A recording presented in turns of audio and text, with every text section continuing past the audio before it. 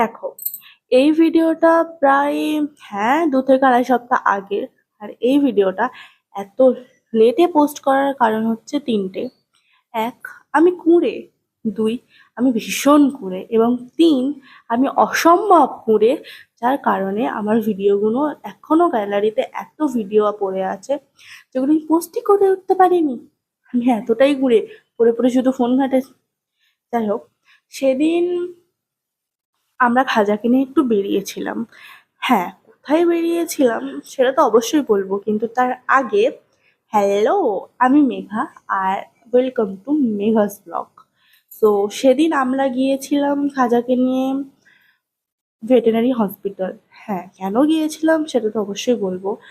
আমরা গিয়েছিলাম আমার খাজা রানীর কিভাবে পড়ে গিয়ে ও মাথায় লাগিয়ে নিয়েছিল, যার কারণে ওর মাথার ঠিক মধ্যিখানে আম রক্ত জমে গিয়েছিল। রক্ত জমাট বেঁধে ফুলে উঠেছিল। প্রথমে তো আমরা বুঝতে পারিনি কেন ফুলছে।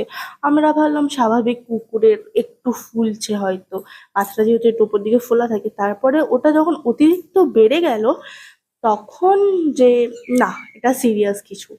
তাই জন্য আমরাও আর দেরি না করে এখানকার একটা সরকারি ভেটেরিনারি হসপিটালে ওকে নিয়ে চলে গিয়েছিলাম।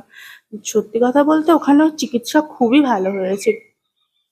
প্রায় আধা ঘন্টা ধরে ওর মাথাটা হাত দিয়ে দেখছিল ডাক্তার, যে ওটা কি হয়েছে না হয়েছে। উনি প্রথমে বোঝার চেষ্টা করলো, তারপরে উনি ভালো করে যখন বুঝলো তখন ওই যে ইঞ্জেকশন দিয়ে ওর মাথা থেকে ওই রসটুকু বার করলো।